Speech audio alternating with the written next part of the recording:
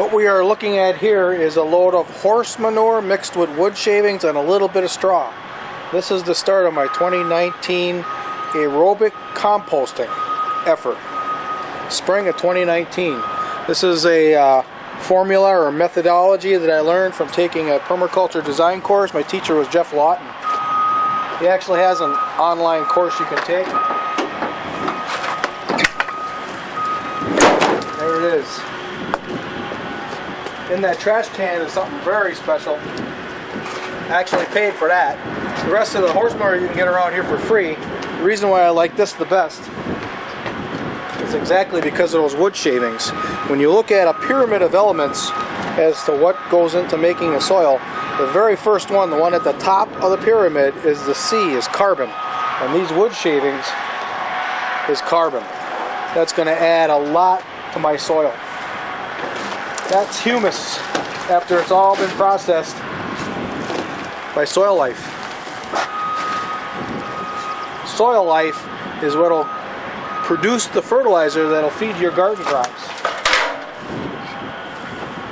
I'll take this camera off the tripod and we'll give you a close-up of the manure and wood shavings. Look at that.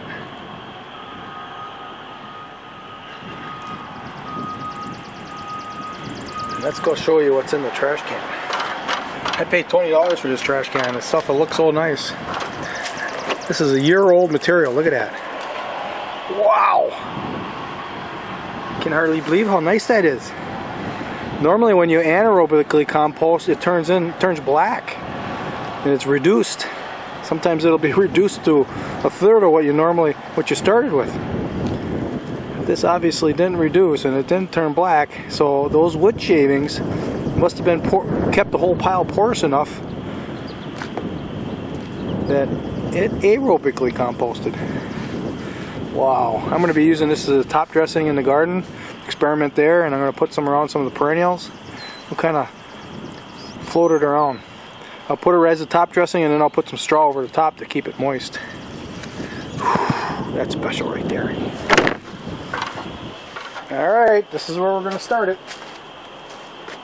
I got a little bit of woody debris here. I'm going to just put on the bottom of it.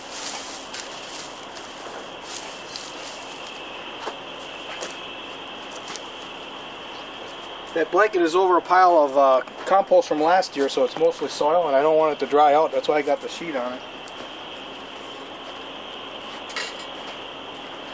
So right here. To start. Here's a little bit of catalyst right here.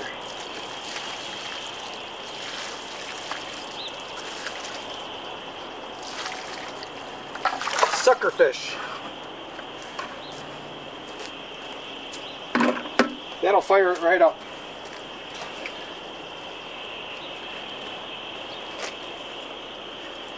Those fish will be gone in 6 days. The bacteria is that powerful. This bucket right here.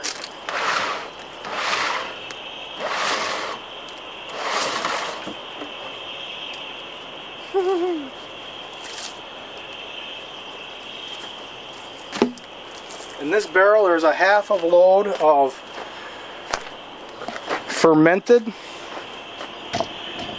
comfrey and a half a load of kitchen discards from last winter.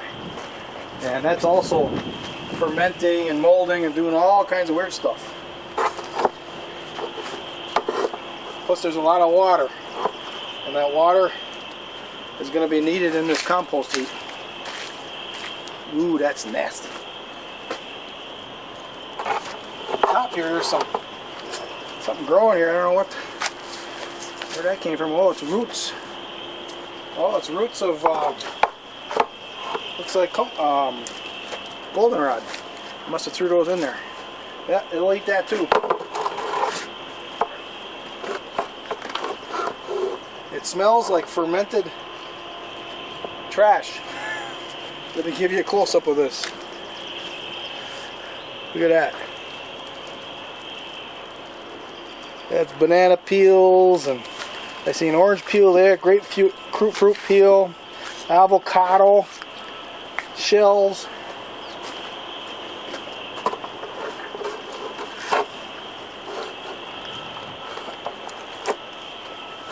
Between the fish and this material here, this pile is going to kick off within a half a day. That's really something. I got another barrel full too.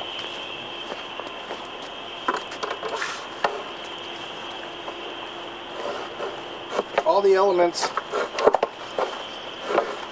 in this kitchen trash is going to be incorporated into my compost, and that's what's going to feed my plants. Eggshells,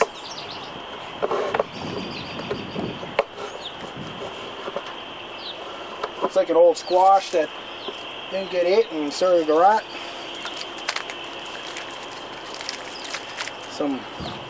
Oh, this is a crabgrass from up north. Yeah, that's good. Introducing another element.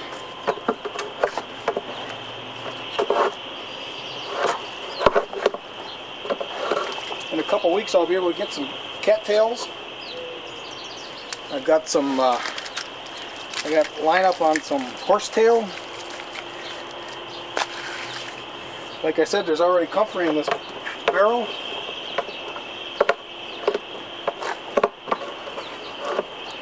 Stinging nettles are coming up now. That'll all get into this pile. I gotta get this pile done probably in 3 weeks. So I'm only going to be adding in the next 2 weeks, and then I got to go for a whole week without adding anything. That way it gets digested. Okay, let's go get another wheelbarrow full of horse manure.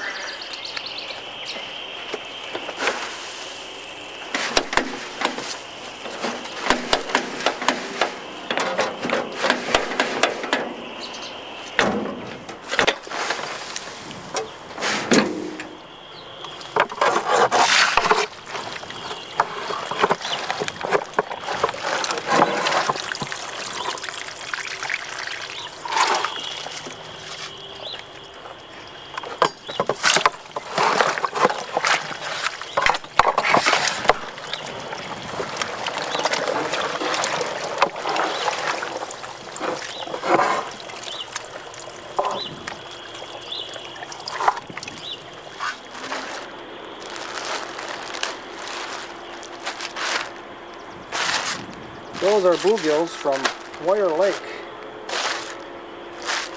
They've been in there fermenting in the heat, and they haven't been frozen.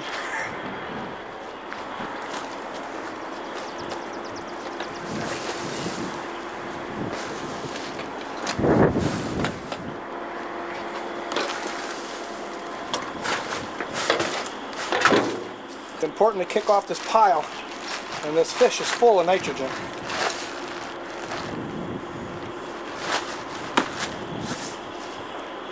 And that'll do her, especially with all this wood shavings in here. That has a particular smell. It's not bad. I wonder if that's what fermented fish smells like.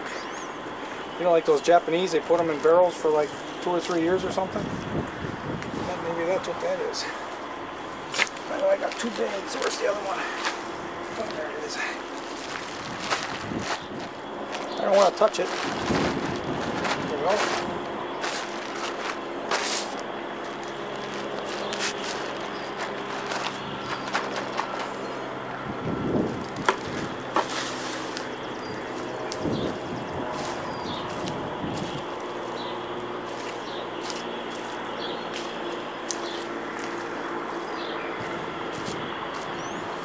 Okay, here we go with some comfrey. I'll see if I can get a cleaner shovel full of comfrey and I'll show it to you.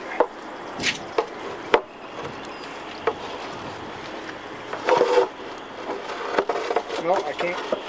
I'm going to have to take out some more of this kitchen stuff before I get in there. Plus there's a lot more crabgrass than I thought there was. That might gum this pile up a little bit. There's too much in there. Well, we're going to find out. It's got a lot of moisture, so that's good. That's comfrey. Those stems are from comfrey. Comfrey is a mineral accumulator. Some people call it a biodynamic mineral accumulator. I think that's a pretty good layer there. Let's get some more manure.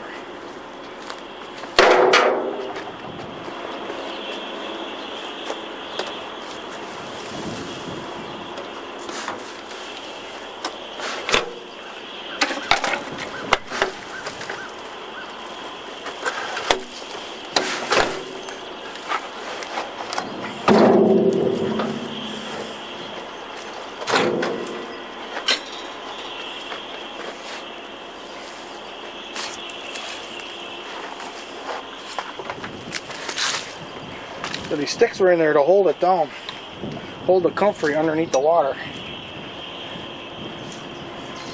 Take those out. Oops, I just broke another handle.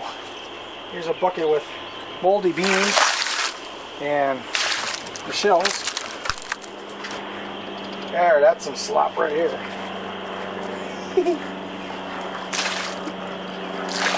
Perfect. Look at that. First time I ever did that with so much water.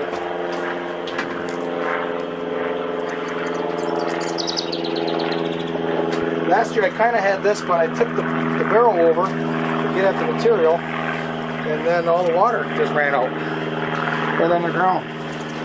So this year I'm being a little more careful. Get that water and material together. Ooh, that's going to make it hot. Alright, let's get some more manure.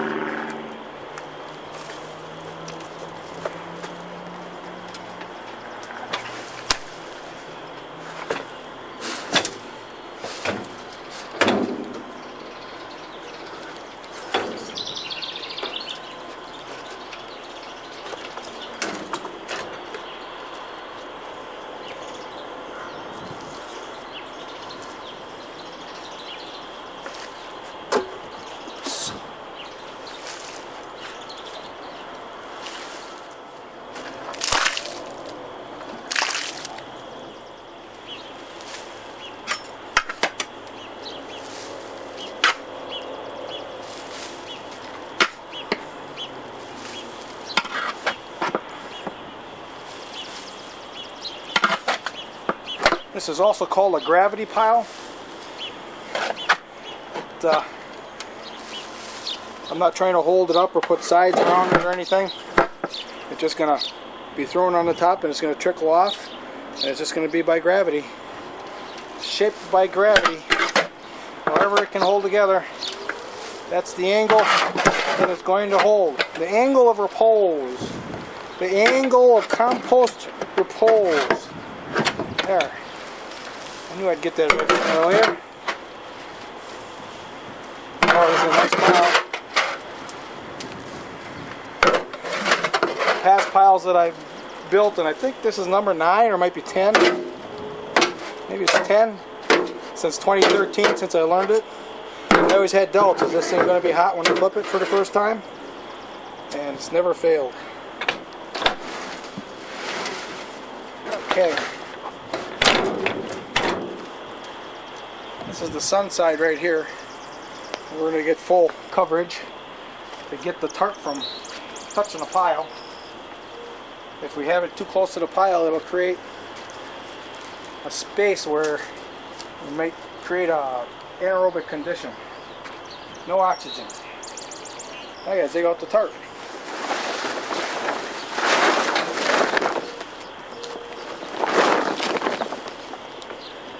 This is the sun side, so I want to get more coverage here. Keep it from drying out. We'll put this on there to keep it from flying around. We're good to go. Okay, that's it. In 4 days, I'm going to flip it. You're going to get to see the action. This is the start of my 2019 composting effort right here.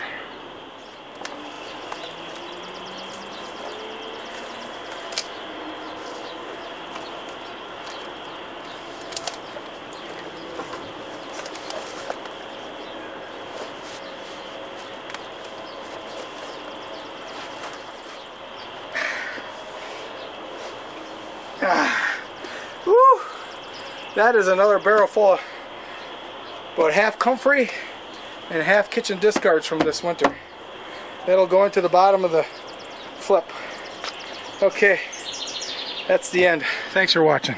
I've done 10 of them now. This is my 10th aerobic compost post PDC.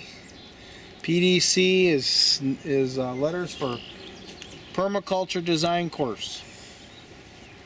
And it was a tiny little segment in that course that talked about aerobic composting. It was like, I don't know, maybe he spent a half an hour on it. I don't know. I kind of doubt that even. I gotta try to remember this stuff half the time. But I learned so much in that course. You know, I got a secondary and a master's course and a teacher's course. And I learned so much out of that one course that, man, I haven't got that mastered yet. So I haven't gone any further than just that one permaculture design.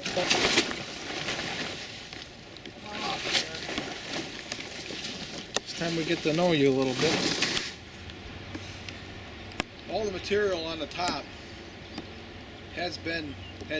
the action is going.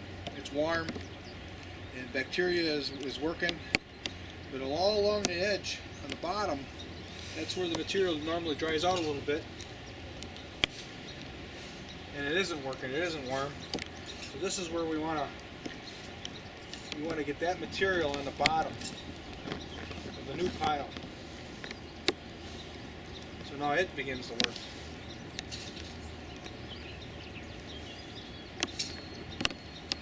Trying to keep that building in the center. And I saw a worm now, so that shows you it isn't working because the worms are in there already. They're going to probably have about a half a day to get out. Or they're going to be composted too. The cheap plastic handle broke on the other one. Pull out most of the water.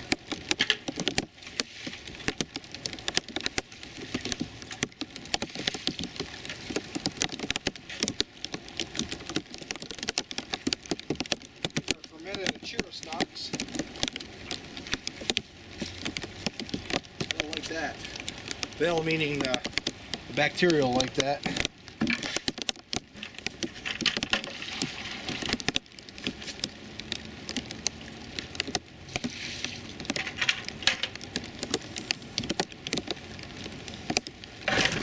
Gruesome. At least it's gruesome for me, but for this bacteria in this pile, it's going to love it.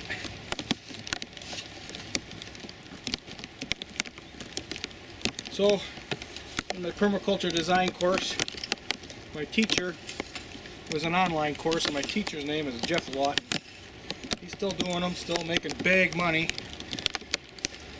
I think it's kind of worth it. And he probably has a pretty large staff, and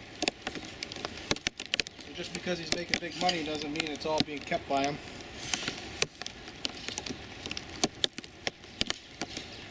Plus, you know, I think about this all the time. He's probably spending most of it on improving his farm. You know, all of us businessmen, we're trying to depreciate whatever we can.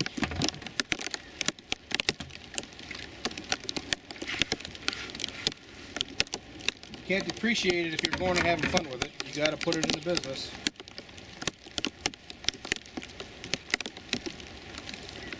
I really don't know what he's doing. I'm just guessing based on what I see of his videos that he's making all the time.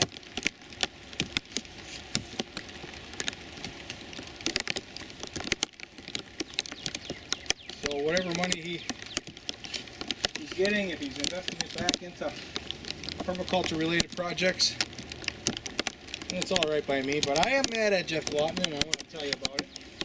And I really got something going here. I've got it going here in my backyard. I've done some swales and ponds on the property I own, and not really ponds, they're meant to be vernal pools, but it's been raining a lot, so they've become little bitty ponds. And attracting wildlife, which is the goal. The place up north is built. The goal is to be a service to wild creatures, and if a human just happens to be nearby when there's something to pick, then sure, they can share too. It's not meant for human production. The course kind of overloads itself on the being human-centric, at least the one from Lawton did. And I think Bill Mollison started this whole thing with the idea that anything that's human-related, that's benefit to humans in the course, was mostly as a means to get the humans off the land on the broad acres. Let the broad acres go back to the wild creatures. And yeah, I think he did compromise a lot as he was going along, because nobody really cared. So he compromised and made it kind of human-centric. People wanted a profit motive. Well, how can I make money so I can do this? Well, he had some answers to that too, and provided some of those. And although the permaculture design course that Jeff Lawton does, there is kind of a wild component to it when he explains the zoning and the zone 5, which is all good. Most of the course is more human-centric, how to benefit humans while at the same time benefiting the environment. And I guess that's kind of okay, that's kind of good. But I think we have to start tuning in on converting some of this agribusiness back into the wild things.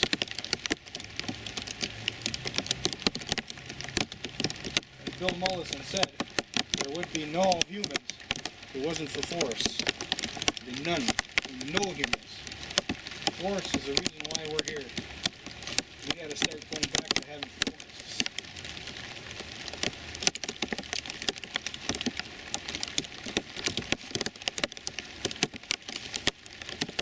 Oh, this looks pretty nice.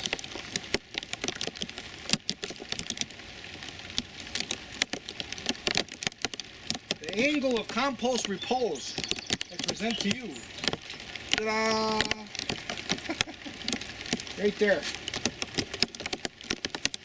Alright, we're done. I'm going to leave these gloves out here. I'm going to change my boots before I go in the house to the shoes, so I don't get any manure close by into the house. I'm good to go. So thanks for watching.